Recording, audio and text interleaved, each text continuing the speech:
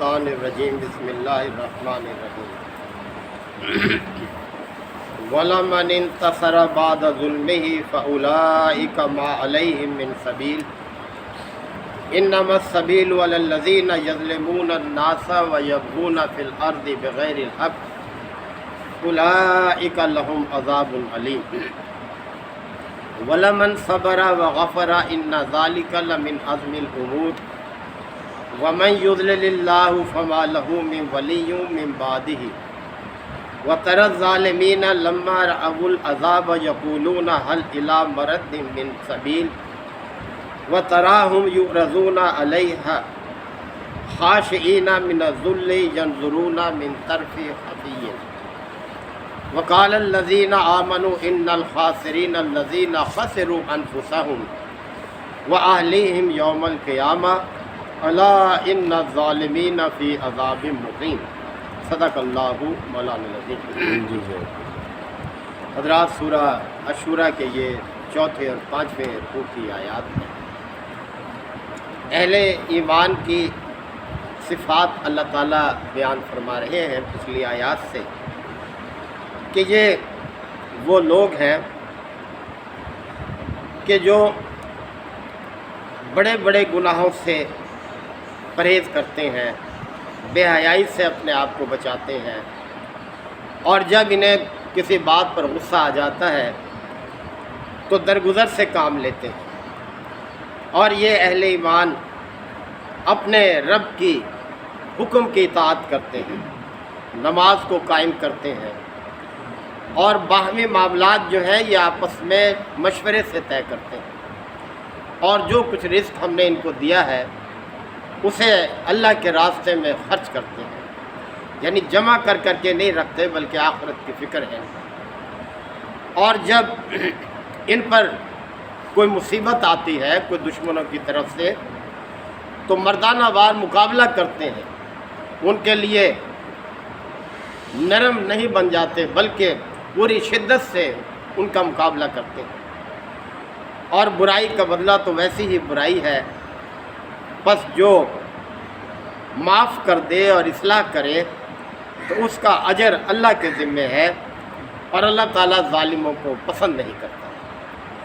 اب یہ صفات جو اہل ایمان کے رب کائنات نے بیان کی ہیں اور آگے بھی چل رہی ہے، اصل میں یہ مکہ کے مخالفین کو سنانا مقصود ہے کہ وہ ذرا غور و فکر کریں کہ اللہ تعالیٰ نے تمہیں ایک عالی شان کتاب عطا کی ہے، ایک اعلیٰ صفات کا پیغمبر دیا ہے جو ہر پہلو سے تمہارے لیے ایک نمونہ ہے، اور اس کتاب کو ماننے والوں کی زندگیاں تمہارے سامنے ہیں، جو اس سے پہلے تمہارے ہی درمیان تھے، تمہارے ساتھ اٹھتے بیٹھتے تھے، لیکن اب دیکھیں ان کی زندگیوں میں یہ صفات جو بیان کی گئی ہیں یہ سب ان کی زندگیوں میں موجود ہیں۔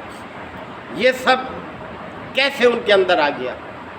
تو اے مکہ کے لوگوں، تم اس بے ثبات دنیا میں کہ جو کہ چند روزہ ہے زندگی، اور جو کچھ تمہیں حاصل ہے تم اس پر بڑے اکڑتے ہو، اتراتے ہو، یہ تو چند روزہ زندگی کا سامان ہے۔ اصل دولت یہ نہیں ہے جس پر تم اترا رہے ہو، بس کہ اصل دولت تو یہ صفات ہے جو تمہارے سامنے ان بندوں نے دیکھے، کس طرح سے ان کے اندر پیدا ہوئی ہے، کس بنیاد پر پیدا ہوئی ہے۔ یہ ہے اصل دولت کہ یہ اعلیٰ صفات تم اپنے اندر پیدا کرو، اور یہ تبھی پیدا ہوں گی جب تم اللہ کی ہدایت کو قبول کرو گے، اور پھر اس کا جو نتیجہ ہے کوئی تصور نہیں کر سکتا کتنا اعلیٰ نتیجہ ہے اس کا۔ یعنی آخرت جو ہمیشہ کی زندگی ہے اس میں صاحب عزت یہی لوگ ہوں گے، انہیں وہاں وہ کچھ ملے گا جو یہ چاہیں گے، ان کی مرضی کے مطابق ان کو ملے گا۔ تو یہ توجہ دلائی جا رہی ہے۔ تو آگے بات بیان ہو رہی ہے وَلَمَنِ انتَصَرَ بَعْدَ ظُلْمِهِ، جو ظلم کے بعد بدلہ لیتا ہے، فَأُولَٰئِكَ مَا عَلَيْهِم مِّن سَبِيلٍ، تو ایسے لوگوں کے لیے کوئی ملامت نہیں ہے کہ ان پر زیادتی ہوئی ہے، انہوں نے زیادتی کا اگر بدلہ لے لیا تو کوئی ملامت نہیں ہے ان پر۔ انما السبیل علی الذین، ملامت تو ان لوگوں پر ہے یظلمون الناس، کہ جو لوگوں پر ظلم کرتے ہیں، زیادتی کرتے ہیں، وَيَبْغُونَ فِي الْأَرْضِ بِغَيْرِ الْحَقِّ، اور زمین میں ناحق زیادتیاں کرتے ہیں، لوگوں کے حقوق غصب کرتے ہیں۔ اولئک لہم عذاب علیم، ایسے لوگوں کے لیے دردناک عذاب ہے، اور یہ اللہ کی طرف سے ہے یہ دھمکی، ایسی نہیں کہ بس زبانی بات کی جا رہی ہے اور اس پر عمل نہ ہو، تو ایسے لوگوں کے لیے دردناک عذاب ہے۔ وَلَمَنْ صَبَرَ، ہاں اگر کوئی کسی کی زیادتی پر صبر سے کام لیتا ہے، دیکھیں یہ بہت اونچے درجے کی بات ہے، فرمایا وَلَمَنْ صَبَرَ، اور جس نے صبر کیا، یہ صبر وہ چیز ہے جس کے بغیر انسان اپنے زندگی کا کوئی بھی مقصد حاصل نہیں کر سکتا، کتنی بڑی چیز ہے یہ، تو فرمایا وَلَمَنْ صَبَرَ، بس جس نے صبر سے کام لیا، وَغَفَرَ، اور درگزر کو اپنایا، یہ بہت بڑی خوبی ہے درگزر کرنا۔ اِنَّ ذَلِكَ لَمِنْ عَزْمِ الْأُمُورِ، اللہ فرما رہا ہے کہ یہ بڑے دل گردے کے کام ہے، کوئی معمولی نہیں، من عزم الامور، بڑے حوصلے کے، بڑے ہمت کی بات ہے یہ کہ انسان صبر سے کام لے مشکل حالات میں، مسائل، اور درگزر سے کام لے، تو فرمایا وَذَلِكَ مِنْ عَزْمِ الْأُمُورِ، یہ بڑے حوصلے اور ہمت کے کام۔ وَمَن يُضْلِلِ اللَّهُ، اب فرمایا کہ دیکھو جسے اللہ ہی گمراہی میں پھینک دے، فَمَا لَهُ مِن وَلِيٍّ مِّن بَعْدِهِ، تو اس کے بعد پھر اس کا کوئی سرپرست نہیں، کوئی حامی مددگار نہیں۔ اب اللہ کس کو گمراہی میں پھینکتا ہے؟ وہی جو گمراہی میں جانا چاہتا ہے، پھر اللہ اسی طرف رسی راستہ، ورنہ اللہ نے تو دیکھے اعلیٰ ترین ہدایت بھیجی ہے، اعلیٰ ترین صفات کا حامل پیغمبر ان کے سامنے موجود ہے، اور اس کے پیروکار جنہوں نے اس کتاب کو اختیار کیا، ان کے وہی اعلیٰ صفات عملی طور پر موجود تھی جو اللہ تعالیٰ نے یہ بیان کی ہے۔ اب اس سے منہ موڑ کر جو شخص راستہ اختیار کرے گا تو وہ کہاں جائے گا؟ وہ گمراہی میں ہی جائے گا۔ تو اس لیے اللہ تعالیٰ نے فرمایا کہ جس کو اللہ ہی گمراہی میں پھینک دے، فَمَا لَهُ مِن وَلِيٍّ مِّن بَعْدِهِ، تو اللہ کے بعد پھر کوئی اور اس کا ولی نہیں جو اس کو صحیح راستے پر لے۔ وَتَرَى الظَّالِمِينَ، اب آخرت کا ذکر ہو رہا ہے۔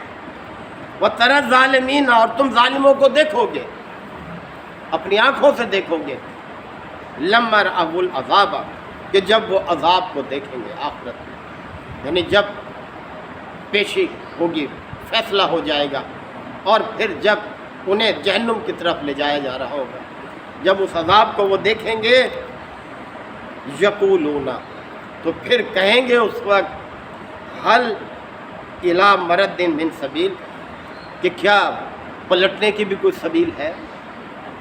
ارے پلٹنے کا موقع تو اب ہے، دنیا میں تمہارے سامنے ہدایت پیش کی جا رہی ہے، تم پلٹ آؤ اس کی طرف، اس راستے کو چھوڑ دو، آباء و اجداد کے راستے کو، اب موقع ہے پلٹنے کا۔ آخرت میں جب تمہیں عذاب کی طرف لے جایا جائے گا، اور اس وقت تم کہو گے عذاب کو دیکھ کر کہ ایک موقع اور مل جائے، پھر دنیا میں ہمیں بھیج دیا جائے اور ہم نیک عمل کریں گے، تو کہیں گے کہ کیا اب پلٹنے کا کوئی موقع ہے؟ محترم بھائی، ابھی حافظ صاحب تلاوت کر رہے تھے سورہ ملک کی، کہ جب اذا القوا فیہا، جب پھینکا جائے گا ان کو جہنم، تو کیا ہوگا؟ تو یہ ہے کہ وہ جو جہنم کے داروغہ ہیں وہ ان سے پوچھیں گے کہ کیا تمہارے پاس کوئی خبردار کرنے والا نہیں آیا تھا؟ تو وہ کہیں گے قالوا بلا قد جاءنا نذیر، کیوں نہیں، ہمارے پاس خبردار کرنے والا آیا تھا، فکذبنا، ہم نے تو اس کو جھٹلا دیا، اس کی بات ہی نہیں مانی۔